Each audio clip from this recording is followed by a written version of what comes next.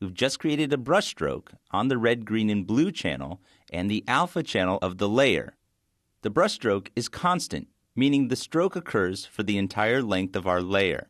The other options we have to paint with are Write-On, Single Frame, and Custom. If we choose Write-On, After Effects will begin timing our brush stroke and will create an animation for our stroke for as long as it takes us to draw the stroke on the layer window. If we use Single Frame, After Effects will just create a brush stroke for the current frame that we're on. The last is Custom. What Custom allows us to do is define the number of frames the brushstroke will appear in. You should note that all of these options, like many other things in After Effects, can be modified after we make our initial brushstroke. By navigating up to the icon where the brush is, we can click on this new button that appears under the cursor. By clicking here, the Brush Tips panel will show up.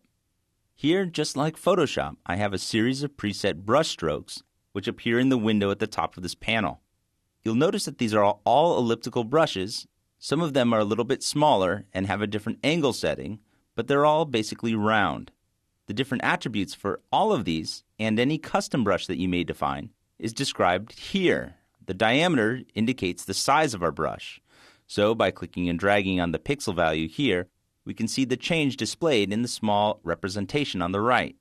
Angle will skip right now. Because we have a perfectly round brush, there is no angle that we can perceive. However, if we change the roundness value from 100 down to, say, 25%, we can see that it's now flattened from top to bottom. By changing the angle of this flattened brush, you can create a brush that looks more like a calligraphy brush. The hardness value describes how sharp the edge is. With the hardness value of 0, the edge is very soft, almost like an airbrush. But if we change the value to 100%, we get something that looks more like a marker or a ballpoint pen. The spacing is set to a default 25%. We won't see that now, but later on when we edit the spacing on a brush stroke, we'll see that After Effects is depositing paint along our brush stroke, and the space indicates how far those deposits of paint are. Down at the bottom, we have access to different brush dynamics. Now, you won't necessarily see these unless you have a pen selected. Here, if we choose the pull-down next to size, you'll see that there are certain attributes that we can link to the pen. Some pens, or the stylus, may have a wheel, and you can assign the parameter to the stylus wheel. Usually, I'll leave just pen pressure for size, and that's about it.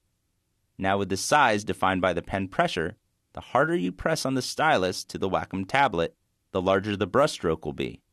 If you're satisfied with the new custom brush that you've created, simply click on this icon to create a new custom brush in your Presets panel.